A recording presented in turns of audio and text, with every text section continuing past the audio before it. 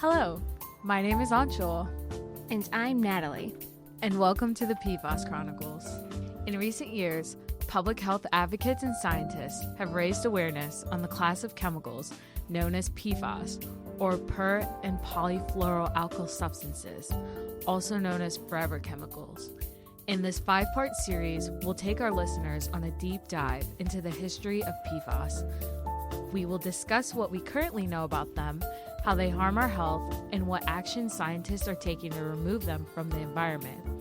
We'll hear from key scientists in major institutions across the U.S. on all things PFAS related. We will also hear from advocates and community members to understand how we can both advocate for and protect public health. Stay tuned for more. Hello, and welcome back to the PFAS Chronicles. We are so excited to continue our discussion about PFAS. In this episode, we will be talking about our environmental health toolkit, or current strategies being used to analyze the impact of forever chemicals. We will be talking with Dr. Katherine Manz from the University of Michigan, where she is an assistant professor in environmental health sciences. Her research interests are in environmental chemistry and understanding the human impacts of environmental pollution. Hi, Dr. Manz. Welcome to the conversation. Thank you, Natalie and Anchal, so much for having me. I'm thrilled to share my experience with both of you and all of your listeners and my research and others' research about PFAS.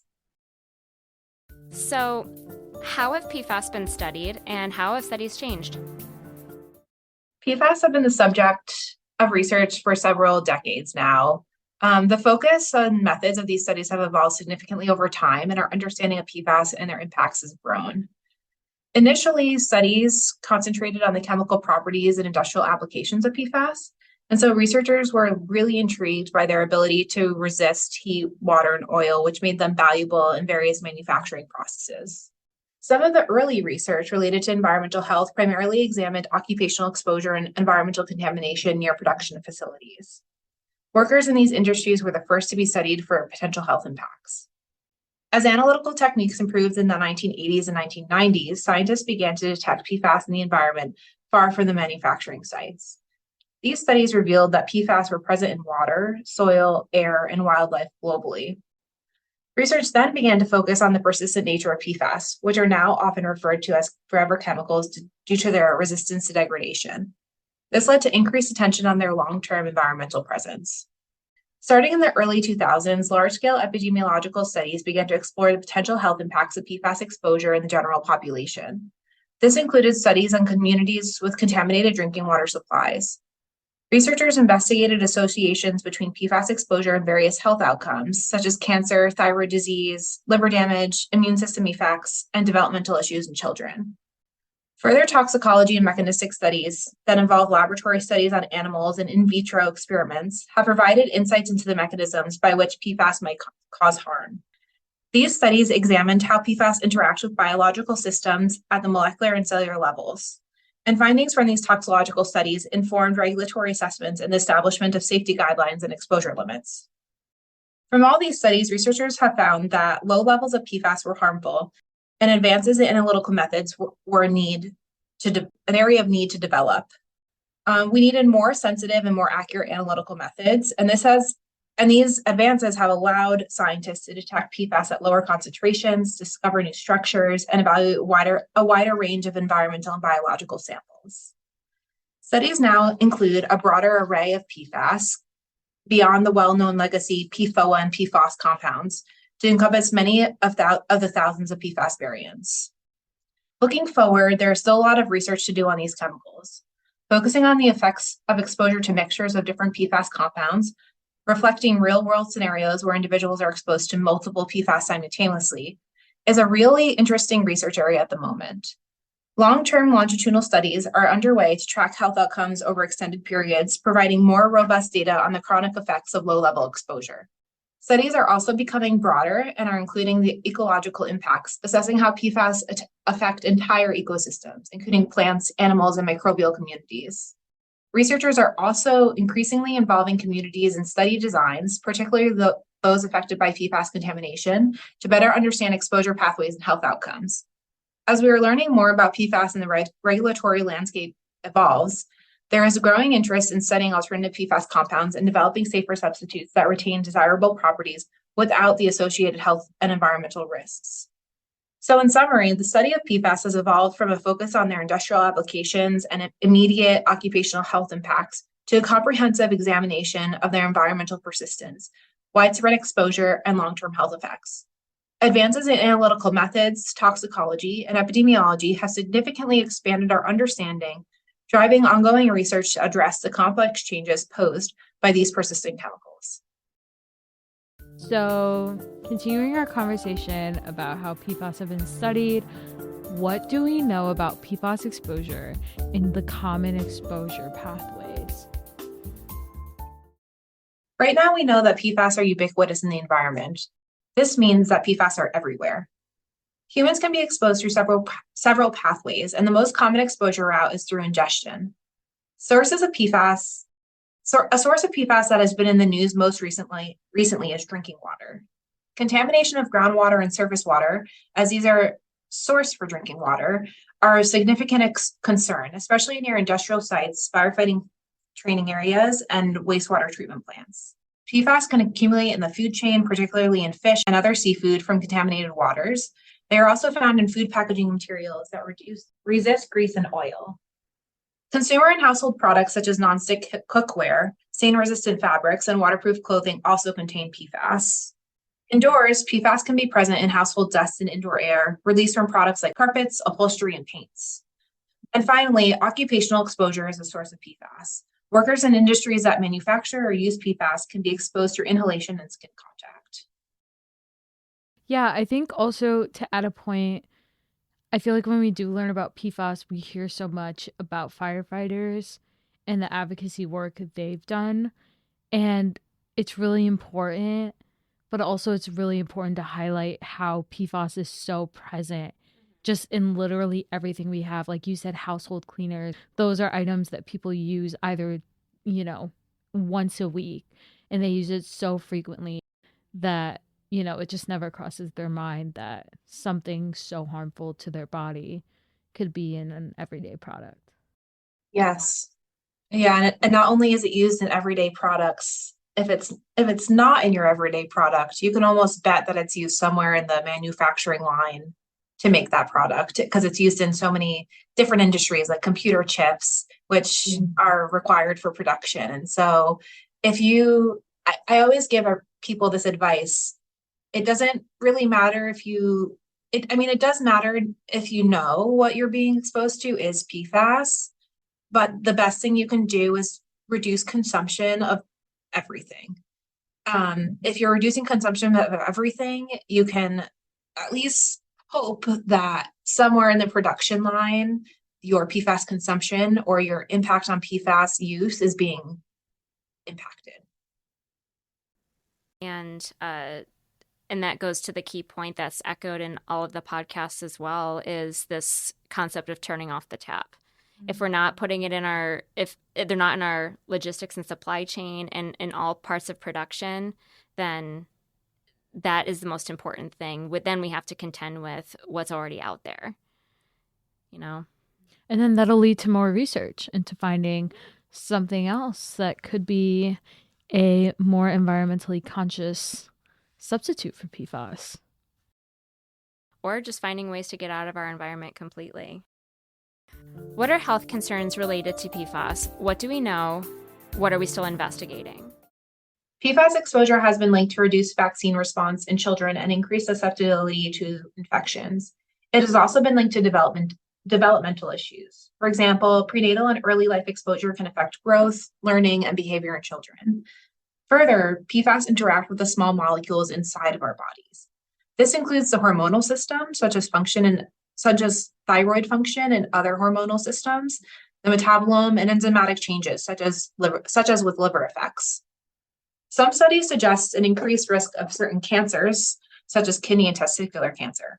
However, there are still many uncertainties. Researchers are continuing to investigate the long-term effects of low-level exposure, the impacts of exposure to mixtures of different PFAS, and the mechanisms by which PFAS cause health effects. There's also ongoing research into potential genetic factors that might influence susceptibility to PFAS-related health issues. Can you speak more about the populations that are at risk?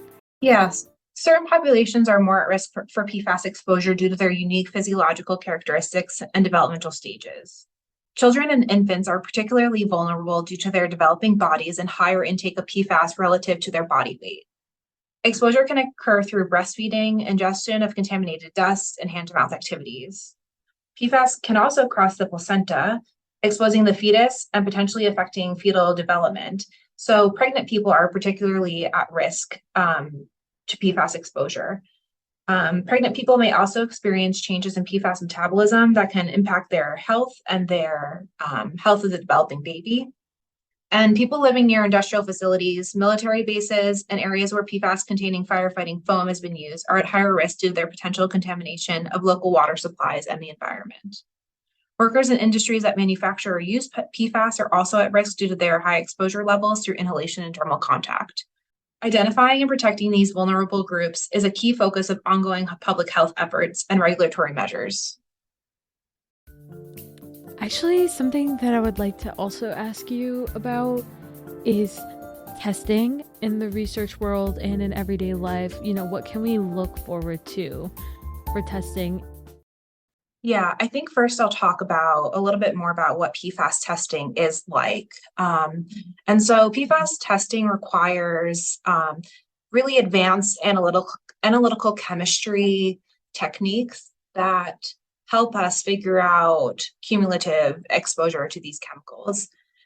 Currently, many analytical methods that are published by organizations like the EPA, the CDC, are focused on a set of particular PFAS. So this means that they look for maybe 8, maybe 40 particular PFAS. As we know, PFAS are a chemical class, not just a single chemical. And so the PFAS that are being looked at vary depending on which methods, but they all have some common PFAS that are detected. However, the testing for PFAS, especially like if you're taking somebody's blood and analyzing it, is very, very expensive. The methods are very specialized.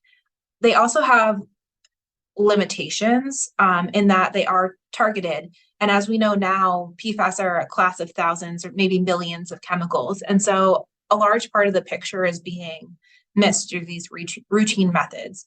And so developing appropriate methods is a research effort that's ongoing by different researchers. It's something that my lab at the University of Michigan is personally looking at and developing.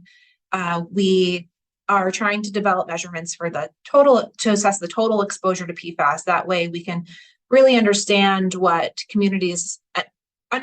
accurately what communities are exposed to. I would recommend that people discuss this with their doctor if they have a concern. There are some guidelines that were published by the National Academy of Science, Engineering, and Medicine for PFAS exposure and what your PFAS exposure should look like in 2022.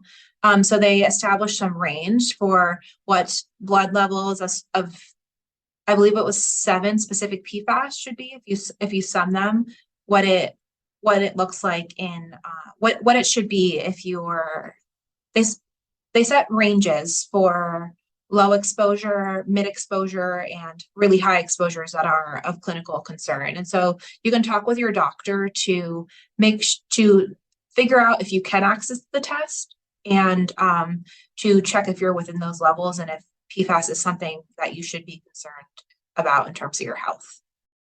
You briefly touched on the analytical testing techniques with the class of chemicals. Is there anything more that you wanted to say about PFAS as a class?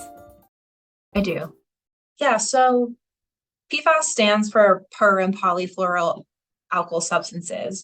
And so this means that they are really a group of chemicals, not just a single chemical. And this group of chemicals is very large and very diverse. And they have very unique and very varied chemical structures. So their diversity in structure stems from their different chain lengths, functional groups, and degrees of fluorination. So all PFAS, depending on what definition is being used, typically have a carbon backbone. So the main molecule is carbon. In most environmental chemicals or natural chemicals, the carbon has hydrogen attached to it. And in a PFAS molecule, the hydrogens are replaced by fluoride. And so this is what I mean by the carbon-fluorine backbone. And the amount of carbons is what dictates a chain length. So chain length can vary. Some PFAS are classified as short chain PFAS. So this means they have fewer than 6 carbon atoms. And examples of these PFAS include PFBA, which stands for perfluorobutanoic acid, and also PFBS, which stands for perfluorobutane sulfonic acid. These compounds are generally less bioaccumulative, but are still very environmentally persistent. If there are more carbon-fluorine chains, for example, they have more than 6 carbon atoms, such as PFOA and PFAS, which are 2 chemicals that are in the news and in the media quite frequently. These are long chain PFAS, so they have a longer backbone, and they are more prone to bioaccumulation and have been extensively studied for their health impacts. And so I alluded to that there's different functional groups, and I mentioned in particular the short chain PFAS, PFBA, and PFBS. These 2 short chain PFAS have the exact same number of carbon bonds and fluorines, but they have a varying functional group. And so the functional group is really important because it can dictate the chemical properties that the PFAS molecule has. And some examples and some common functional groups are the carboxylic acids. So these PFAS contain a carboxylic group, which means they have a carbon, a double bonded oxygen, and an alcohol group at the end of their carbon-fluorine chain. And PFOA and PFBA are common examples of these PFAS. There are also sulfonic acids, which contain a sulfonate group at the end of the chain. And a common example of this is PFOS. There are also some variations to this, such as fluorotelomere alcohols, which are a polyfluorinated chemical. So instead of having functional group immediately, they have 2 carbon-carbon bonds and then an alcohol group at the end. These precursors are very interesting because they can degrade into the carboxylic acids and the sulfonic acids in the environment and lead to increased accumulation of PFOA and PFAS. Just to clarify a little bit further, the degree of fluorination is something that can also differentiate PFAS chemicals. So perfluorinated chemicals, for example, have all hydrogen atoms on the carbon chain replaced with fluorine atoms. This complete fluorination is what makes compounds like PFOA and PFAS so resistant to degradation.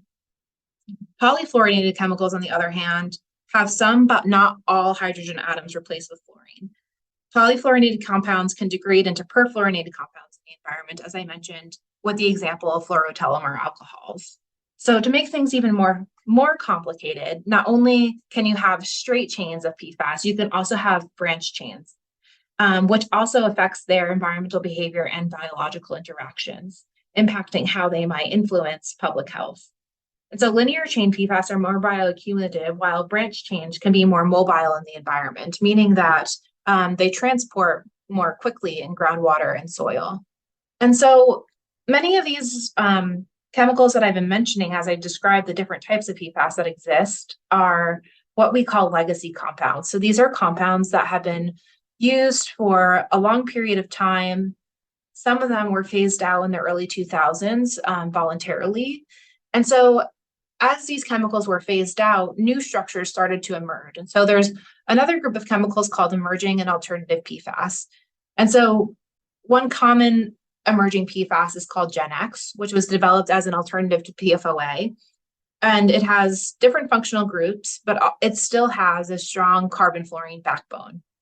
There are also some short chain alternatives that have been used to replace these legacy compounds. I mentioned earlier PFBS was an example of a short chain, but there's also chemicals like PFHXS, which just means that it has a different carbon-fluorine chain length. However, they still pose environmental persistence issues. And so I could probably go on and on about the different types of PFAS that there are. They are a giant chemical class.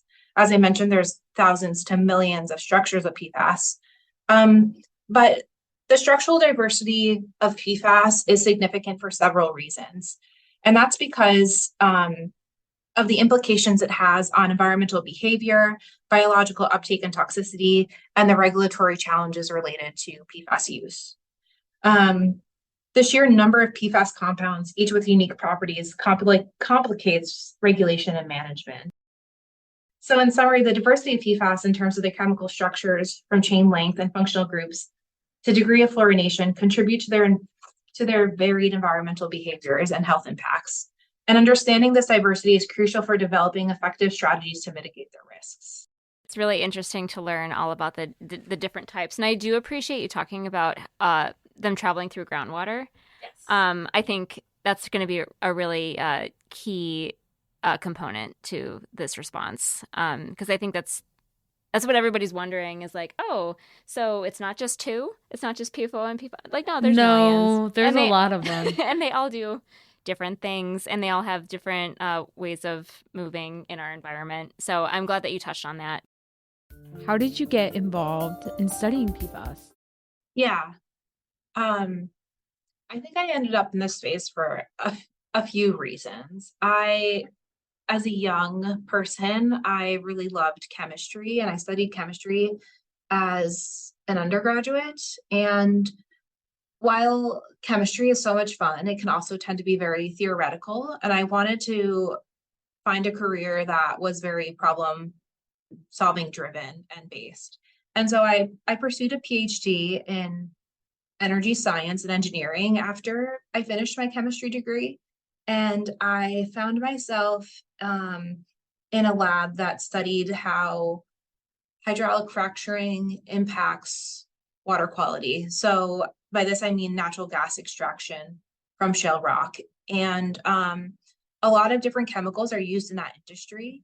And I was really interested in how throughout the course of a fracture, these chemicals change and what they turn into.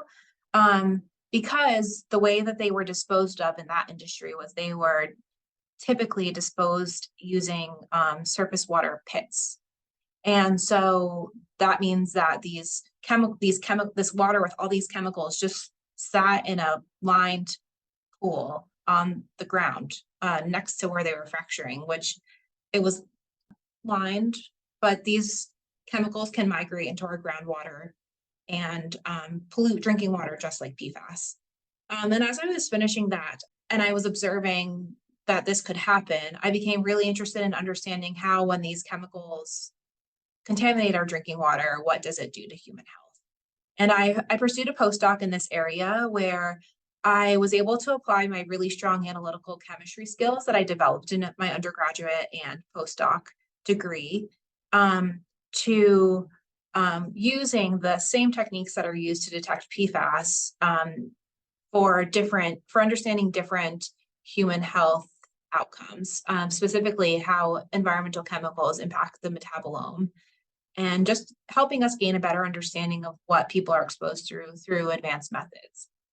And so, unfortunately, I was a postdoc and the pandemic hit, and we had this specialized equipment in our lab that only us on campus had. And there were some consultants that approached my postdoc lab to do a project related to PFAS. There was a PFAS contaminated site that they were working on. And because it was COVID, only 2 of us were allowed in the lab at the time. And one of them just happened to be me. And so I kind of accidentally fell into PFAS and found that it was a really interesting chemical to study, not only analytically, but the health concerns related to PFAS were extreme. And so, I just really enjoyed the problem solving related to PFAS and continued in that field. I also have some personal experiences with chemical exposure in my family. And so that is another thing that really drove my decision to be in this research area. Thank you for talking about your personal experience with that. I think it's really impactful because this type of work does draw people that have a story. And so thank you for sharing yours. Yeah, I think it's also important to highlight the people who are doing the on the ground work and doing the research associated with this chemical. And it's also important for our audience to also understand that, there are different routes that they can take should they become inspired by the people that they listen to in this podcast. To your point, that the people that are doing the science really care about the people that these things impact. And I think that's what we're trying to highlight in this too, is that it's about the communities, the impacted communities. And we're throwing everything that we can, everybody that is involved, into helping these communities. So thank you for your part in that. And thank you for your part in this. And we're so grateful to have had you on. So thank you. Thank you so much for having me and letting me share a little bit more about PFAS. I hope the listeners all enjoy it and they find some value from my words of wisdom. Yes, they definitely will. I know we did. Yeah. Thank you so much to Dr. Kate Manz for joining us, and thank you for listening. In our next episode, we will be chatting with Sandy Wynn-Stelt about all the ways PFAS can show up in our lives and what we can do to lessen our exposure. See you there. This podcast serves as a companion to the textbook Environmental Health: Foundations for Public Health.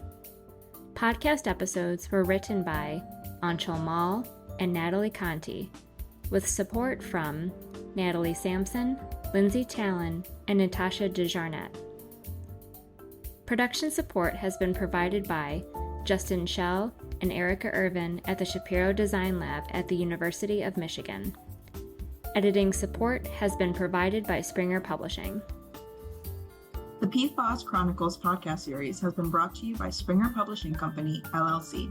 All rights reserved. No part of this podcast series may be reproduced, stored in a retrieval system, or transmitted in any form or by any means without the prior permission of Springer Publishing Company, LLC.